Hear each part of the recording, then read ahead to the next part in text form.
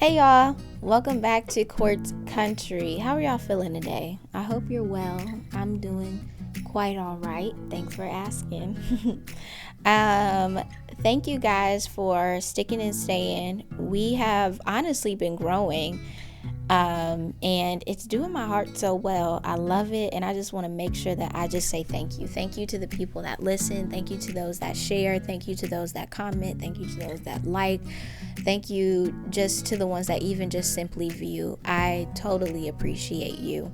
And I want you to know from the bottom of my heart that I love you and I thank you for just any way that you contribute to the content that the Lord has graced me to be able to put out into the world.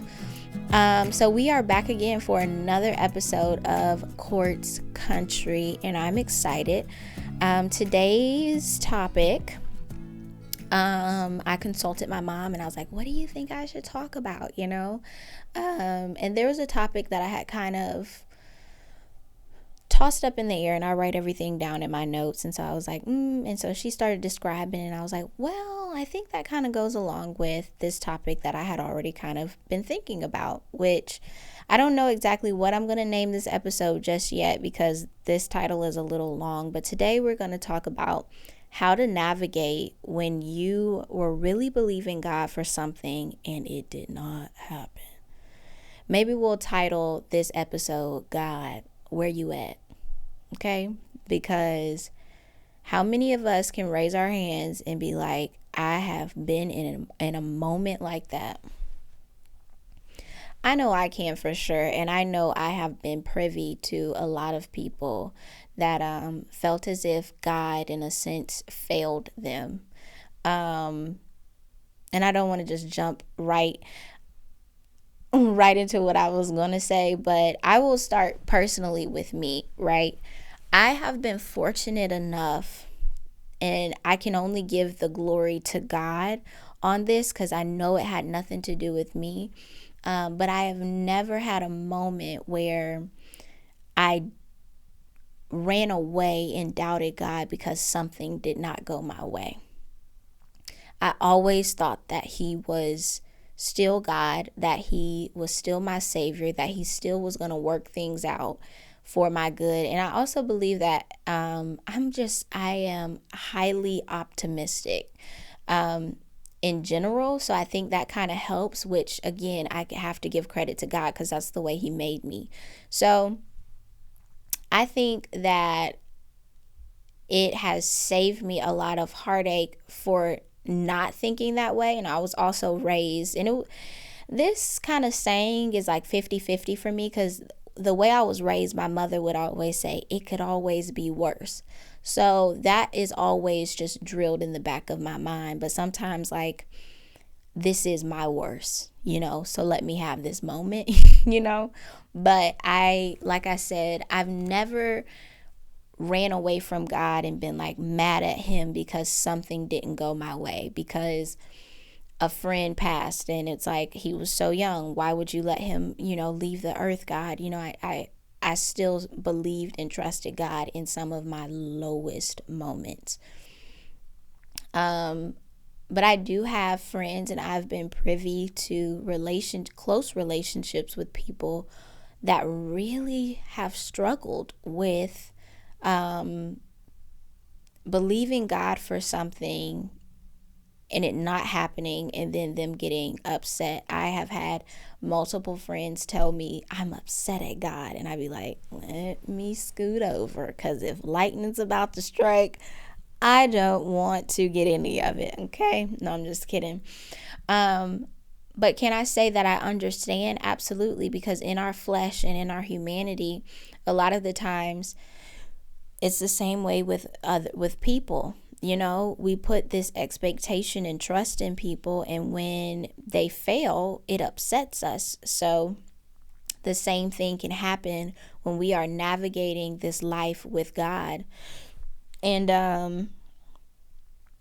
I just want to say, like, God did not fail you. I believe we can put false expectations on God.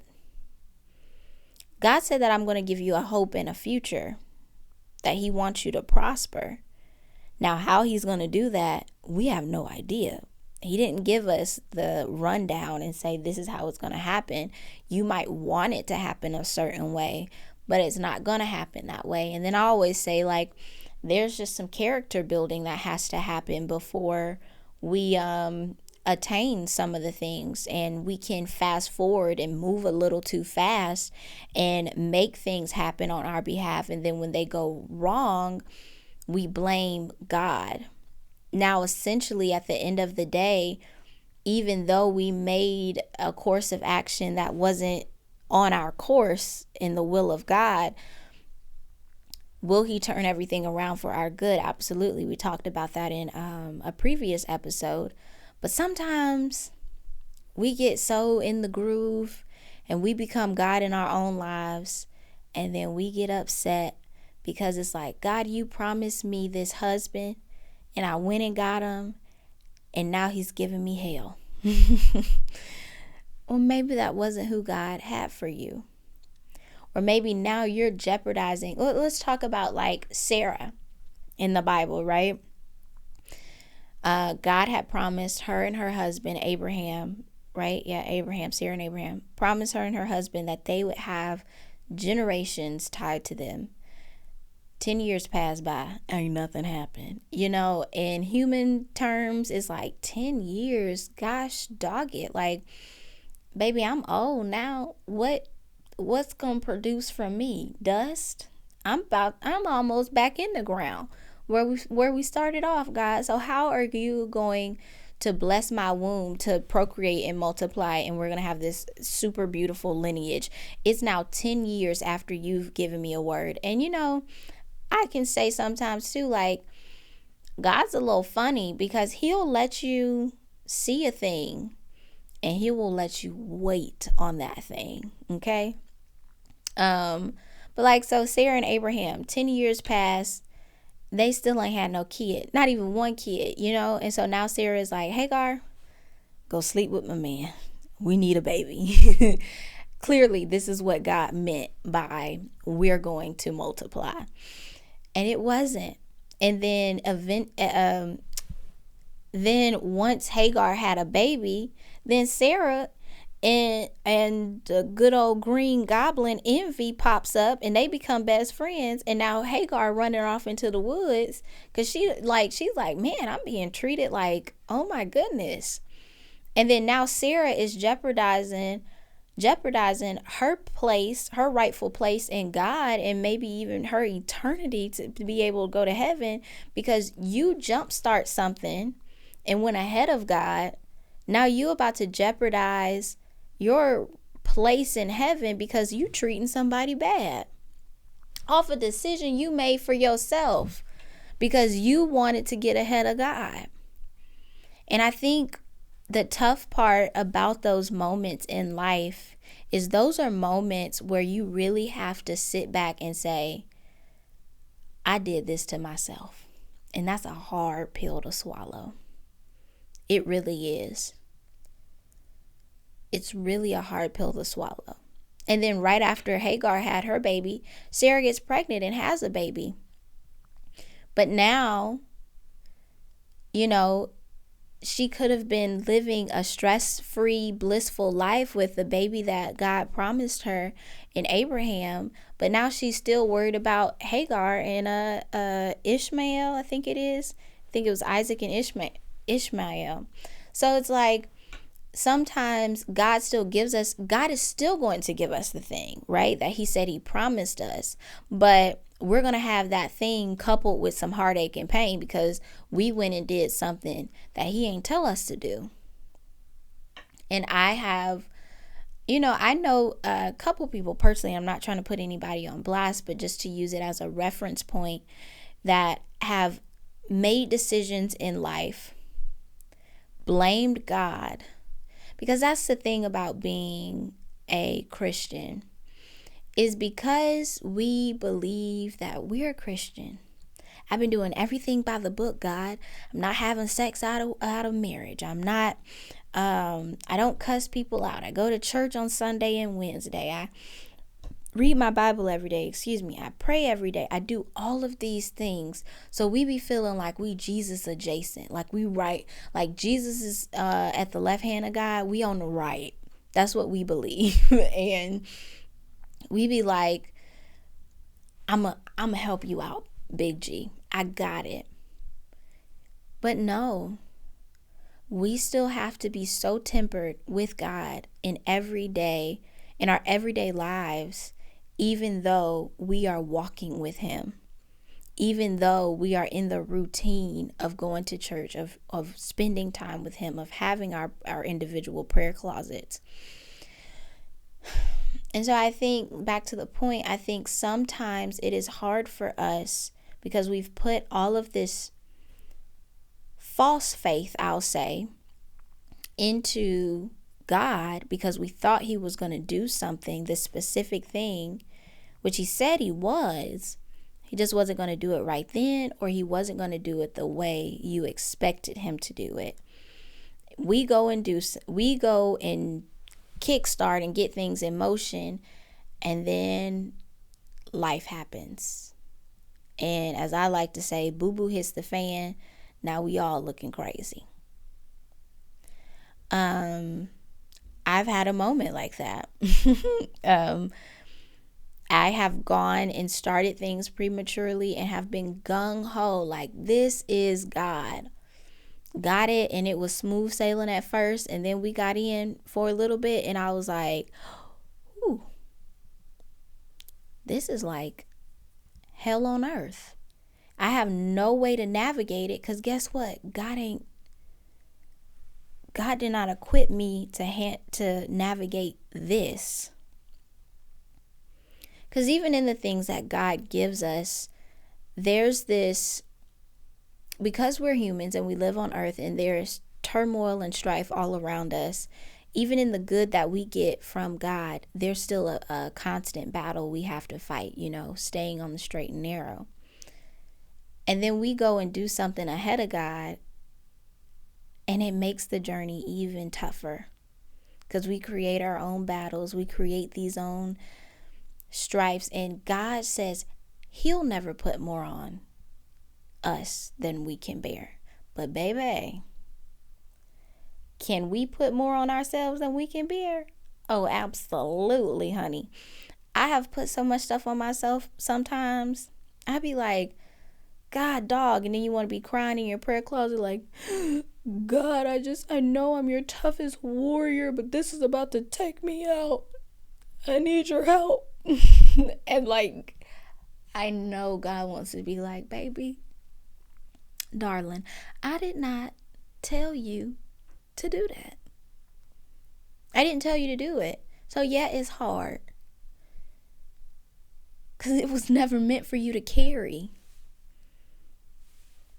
Or if it's hard, it wasn't meant for you to carry right now because you don't have the tools to manage it and to walk through it, because I wanted you to go on this path. So as you gradually got there at step number 1, you learned this. And at step number 2, you learned humility. And at step number 3, you learned patience. And so by the time you got all the way to what God had promised you, you would have been able to navigate it because you had all the right tools in your bag. Man, I did it. I did it to myself with a job. I know for sure I've done it probably to myself with some of these knuckleheaded Negroes that I've been in relationship with, for sure, where I've jumped up and been like, yep, this is it. This is who I'm supposed to be with. And it takes me through. And I know like stress for me shows up in my body. I can see it. I break out. I eat. I'm an emotional eater. So like all of these things start happening. And then I can get so bogged down and in a funk. And sometimes I have to pause and I'll be like, is this you, Courtney? Have you put all of this on your own plate? And I thank God that he's allowed me to be self-reflective. At a very young age, I was taught to make sure that I first check myself and make sure, is Courtney doing what's right, before I go and blame anything else on anybody. That has been a lesson for me. On top of, it could be worse. um, but I'll go back and say, like, even with, some of the people that I've been able to walk through life with, and when things happen, it's even the things that we don't go and do prematurely, but a loved one passed away, we think too soon, and it hurts.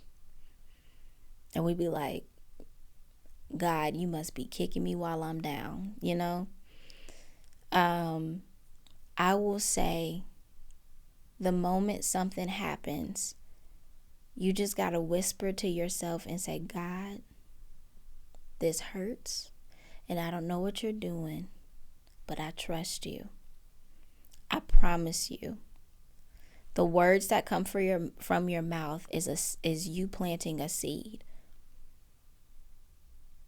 And you just have to keep playing that thing in your head over and over and over again. I tell people all the time, our faith is a battle of the mind. I think more than we want to give it credit. It's all up here. I think I said it previously before in another episode. Yeah, like when you're selling Jesus to someone, it's not so much that everything is going to be peaches and cream. It's just your mentality is going to be different for you to walk out whatever trial you go through. Even your mentality is going to be different for you to walk out the wins that you get, because it won't be a I. It'll be a thank you, God. So I don't know, like, I wanted to talk about this a little bit because I think some of us really like, and I know I can kind of say that I've been that type of person. I know people that have been that person that like, God, where is it? You said I was going to get it, but it's not here yet. And that's so real. I understand. And I think it's the part of us that we have to realize, this is the human part of me yearning for something because I think I'm almost out of time. But if I serve a God and I am trusting a God that sits outside of time, then whatever he has promised me is going to happen right on time. Because the thing is, like, and I know this might be a little morbid to say, but whatever we are hoping for, everything here on earth is temporary. 50 years seems like a long time to us, but 50 years is still temporary in comparison to eternity. And I believe that once we start trusting God in his timing, then the things that we get, we will cherish them more, because we realize the significance of this earthly human time we have with it. But if we just got everything we wanted when we wanted it, it wouldn't have the same effect on us. We wouldn't turn around and say, oh my God, thank you. We wouldn't savor the moments in the jobs that we've been praying for. You know what I'm saying? We wouldn't love on the child that we were praying for the way we wanted, the man that we've been praying for, the wife that we've been praying for. We wouldn't take the time to really cherish what God has given us had we have gotten it right when we wanted it. But that goes back to step 1, you learned a lesson. Step 2, you learned another lesson. Step 3, you learned another one. And then once you get what God had promised you, you can hold on to it better. You can cherish it and value it better. Like, I don't know if you're familiar with children. I've worked with children for years and I live with one now. But what I see in a child, when you give them what they want right then, they don't care about it. But if you make them work for a little of something in order to get what they wanted, that child is going to take care of whatever it is that they wanted. Because they're going to be like, oh, I had to work for this. And so that's the same thing when it comes to life and those things that we prayed for and it don't show up on time. But then there's those moments where we prayed and we just knew this was the thing that God was going to have for us, and it never shows up. That's a tough battle to fight. I know for me here recently, I was believing God. You know how they be like, name it and claim it, it's yours. I was believing God for this fellowship, right? And I was like, I just already know I'm going to be flown out to California. I'm going to get this thing. It's going to be mine. My aunt is like, name it and claim it. I'm praying for it. I'm believing him for it. I'm like, God, I know you're going to do it. I know I need a miracle to happen in my life. It's going to happen. Never happened. And so I had a couple of options. I could have either said, God, how dare you? I serve you. I pray for your people every day on Instagram. You can't give me this? No. I just say, okay, what's next? And it does hurt. Because sometimes you don't know what's next. But that's literally what faith is. It's the substance of something not seen. The evidence of something we cannot see.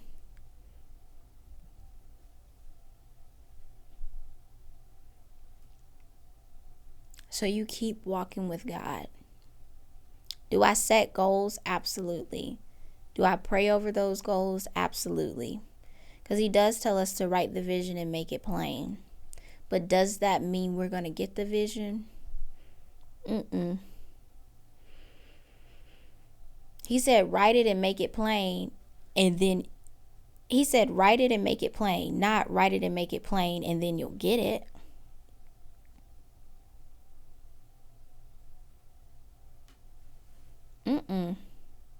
That's not how it works.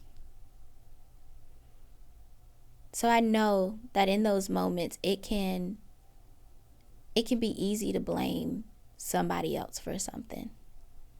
And sometimes that somebody else is God. And I think some of us, and I don't know, like, I don't want to seem as if I'm bashing it, but I think if we go back to this kind of mundane church culture, we've been almost taught to treat God like a genie in a bottle. When the pastor gets up or the whoever does, the tithes and offerings, a lot of the times we'll say, give, and it'll be given back to you. Sometimes that don't work like that. Or sometimes it is given back to you and God allowing you to wake up another 24 hours. And I think that is a thing that we can really look at and say, ooh, that's one of those things that we really take for granted, is these 24 hours that God gives us. We'll take a day for granted so quick and easy and won't look at it as the blessing that it is. that it's really a gift, that might be that seed that you planted in the ground from tithes and offering, was in the sprout from that was your next 24 that God graced you with. Because every day isn't promised. Literally, if we start walking and seeing that everything that we have, honestly, is graced from God, we'll move different. When the things that we've prayed for don't happen, ask yourself, why did I want it so bad? Why is it that I had to have this? Why is it that it had to happen like this? That's why I am a stickler for therapy. Like, let's go back and dissect some things and be like, okay, why did we have to have this? Is this a trauma response? Why do I feel like I gotta be married by 25? Why is it that I feel like I need to have at least 3 kids by 30? Why? And I get, like, I tell people, I don't think we give our humanity enough credit. Like, I really don't. I don't think that we realize that this human part of us, we really have to learn it. Because that's the part of us that's really fighting against our spirit man. And we give a lot of credit to the devil and say, that mean old devil, he fight me. No, that's your flesh. And it ain't got nothing to do with Satan. It has all to do with you.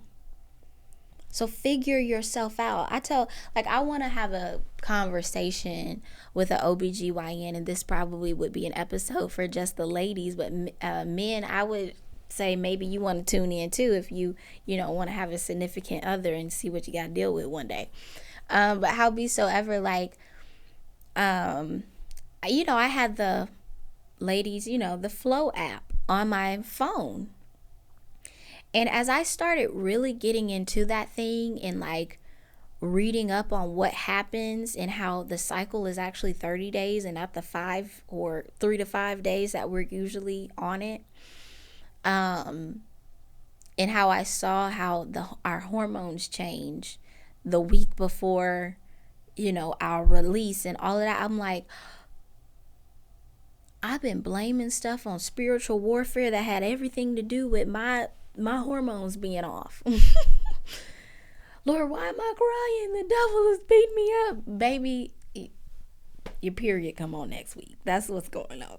So if you learn your human body, because it all goes together, I really do believe. If we look at the anatomy of our human body, I think we'll even find God in that and how intricate he created us. Dr. Anita Phillips has a book called The Garden Within, and she correlates our heart to being a garden. And how a cell in our body looks the same as a plant cell. Ain't that crazy? And so I'm a full believer in figuring out the physicality of yourself, because that might explain some of the things you go through and you battle with. Figure out the past hurts in your life or these expectations, because mama and daddy got married straight out of high school. I should be married straight out of high school. It doesn't work like that. We all have our own path to follow. And I don't know, there are going to be things in life that you want so desperately. And God is going to be like, I didn't call you for that. But will you still trust me even if you don't get it? Will you still hold my hand and walk with me and allow me to guide your life even if you don't get it? And I think that can be tough. I know that can be tough. Because one, you're fighting them emotions. And it's like, And you like a kid all over again. Like, I wanted ice cream before dinner. Well, you're not getting it. You want to throw a temper tantrum. I get it. I've been there. Boy, have I been there. And I've been in the situations where I prayed for something so hard, it didn't show up on time, but I went ahead and got it myself. And then once I went and got it myself, all hell broke loose in my life. And it's like, what do you want to battle? Waiting or heartbreak? Waiting or being stressed out? Cherish the waiting moments. Cherish being able to just say, God's got it. You cast every worry, every fear, every burden onto Him, and then you just say, God's got it. I don't think we take full advantage of that life that God said we can have. Jesus said, pick up my yoke because it's easy. We don't even allow ourselves the chance to have an easy life.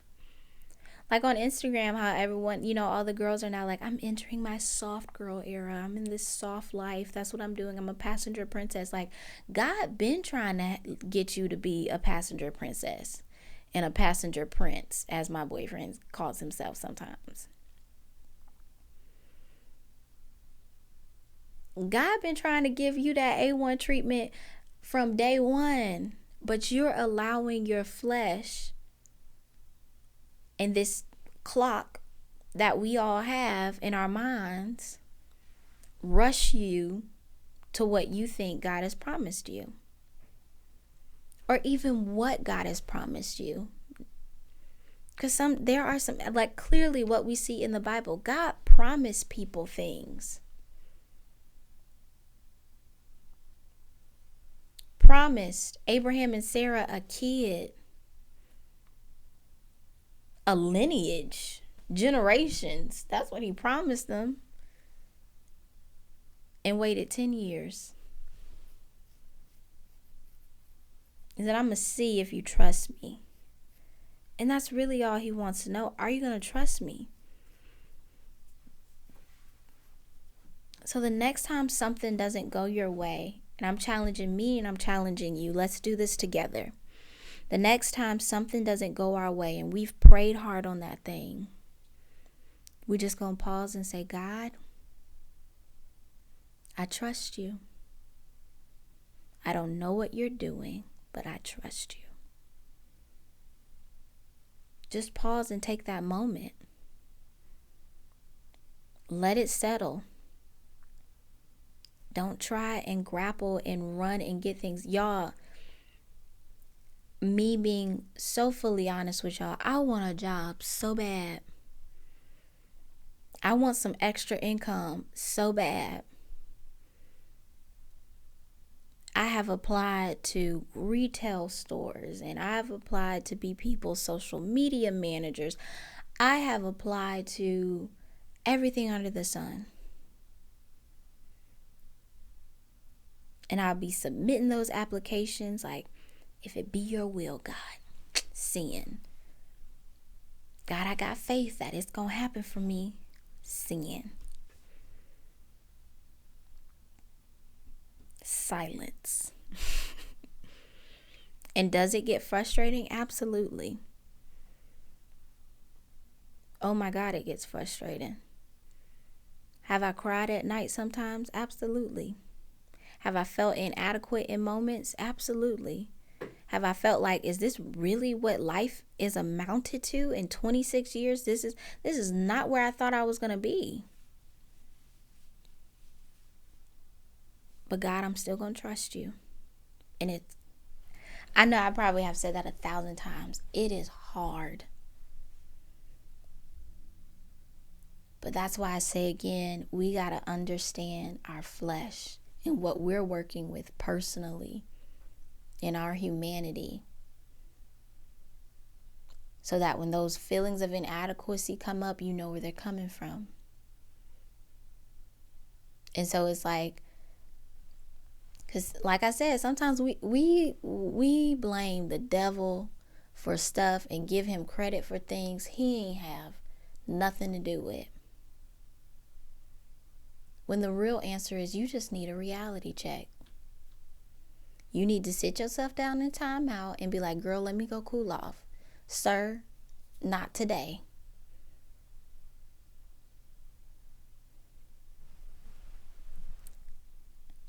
So yeah. Sorry, I was getting my thoughts together, but I think that's what it is. In the moments where you thought hard that God was going to do something and it didn't happen, or you prematurely went and got the thing and it all crumbled and fell to pieces, check yourself before you check God.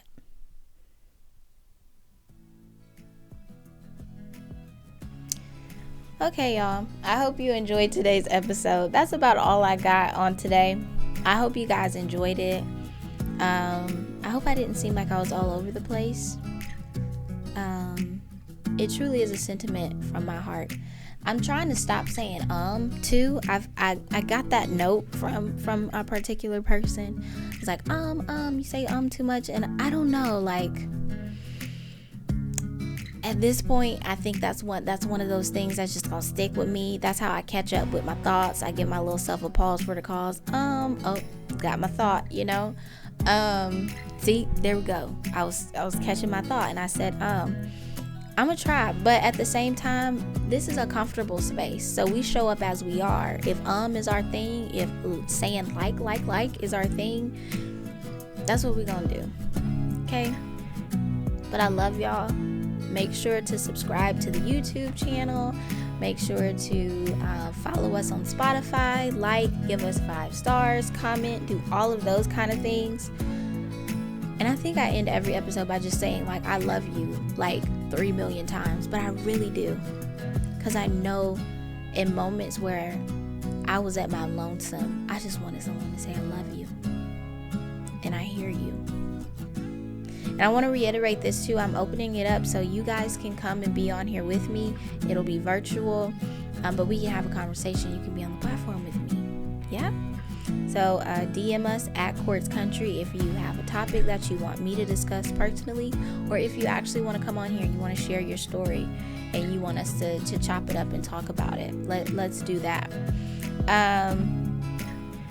As always, the more you know, the more you grow, and the more you realize, the more you can impact lives.